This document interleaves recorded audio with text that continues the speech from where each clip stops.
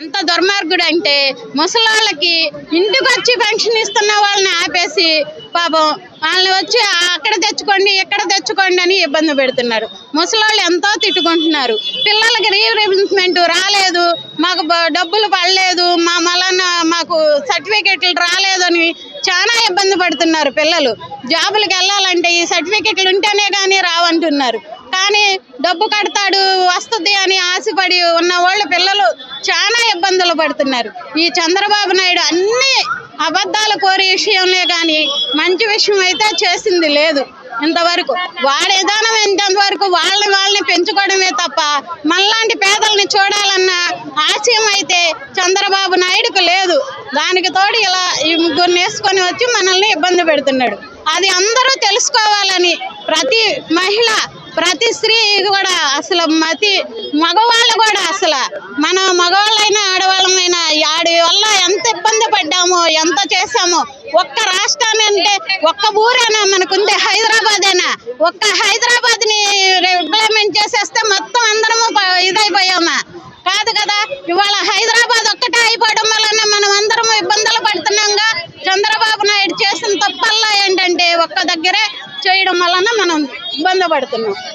మాకు అక్క చెల్లెమ్మలకు వచ్చే చేయూత కానీ ఇంటికి వచ్చే ప్రతి ఒక్క పథకం గురించి మళ్ళీ వెళ్ళి కోర్టులో స్టే తీసుకొచ్చి ఈరోజు మాకు ఇవ్వడం కోసం అని చెప్పని ఫైట్ చేస్తుంటే మళ్ళీ చంద్రబాబు నాయుడు గారు వాళ్ళు దాన్ని కూడా వాళ్ళ బుద్ధిని చూపించుకున్నారు. ఇక్కడ అది కూడా ఆపించేశారు. ప్రతి ఒక్క అక్క చెల్లెమ్మలు ఉసురు పోసుకుంటున్నట్టు మాత్రం వాళ్ళైతే తప్పకుండా మా ఉసురు పోసుకుంటున్నారు. మా అన్న మా కోసం ఫైట్ చేసి మరి కోర్టుకు వెళ్ళి స్టే తీసుకొచ్చి నేను నా అక్క చెల్లెమ్మలకి ఇవ్వాలి అని చెప్పని మా జగనన్న మా కోసం ఎంత కష్టపడుతుంటే వీళ్ళు దుర్మార్గంగా ఆలోచించి ఈ విధంగా అయితే చేస్తున్నారు. ఇంకేం చెప్పాలి. మా జగనన్న పాలన మళ్ళీ రావాలి, మళ్ళీ మా అక్క చెల్లెమ్మలు బడుగు బలహీన వర్గాలు అందరూ బాగుపడాలని మేమైతే మనస్ఫూర్తిగా కోరుకుంటున్నాం. మా జగనన్నే మళ్ళీ వస్తారు. మా జగనన్న ఎన్నో పథకాలు మాకు తీసుకొస్తే ఆ పథకాలన్నీ ఆపి పిల్లలకి అమ్మఒడి పడకుండా 45 సంవత్సరాల డబ్బులు కూడా పడకుండా అన్నీ ఆపు చేసి ఎలక్షన్లను వంక పెట్టుకొని అన్నీ ఆపు చేసి చాలా ఇదిగా చేసి ఏదో సీఎం అయిపోతాను నేనేదో మూడు అందరూ కూడా కూటమయ్యి మా జగనన్న మీద పాలన చేద్దాం అనుకుంటున్నారు. కానీ అది జరగని పని. కానీ మళ్ళీ సీఎం అయ్యేది మా అన్నే. మళ్ళీ మా పథకాలన్నీ రావాలని కోరుకొని ముసలి వాళ్ళకి చాలా పెన్షన్లు అందలేదు.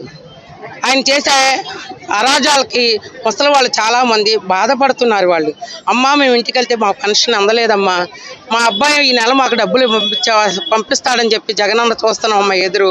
అట్లాంటి జగనన్నని కోర్టుకు కూడా చేస్తే అందనీయకుండా చేస్తున్నారమ్మా. మా ఉసురు పోసుకుంటున్నాడని చెప్పి పెద్దవాళ్ళు అందరూ కూడా మా ఎదురు తిడుతూ మేము ఇంటింటికి వెళ్ళి ఓటు వేయమని అడుగుతుంటే మేము మళ్ళా జగనన్నే గెలిపించుకుంటాం, చంద్రబాబు పరిపాలన మాకు వద్దు అని చెబుతున్నారు సార్. అది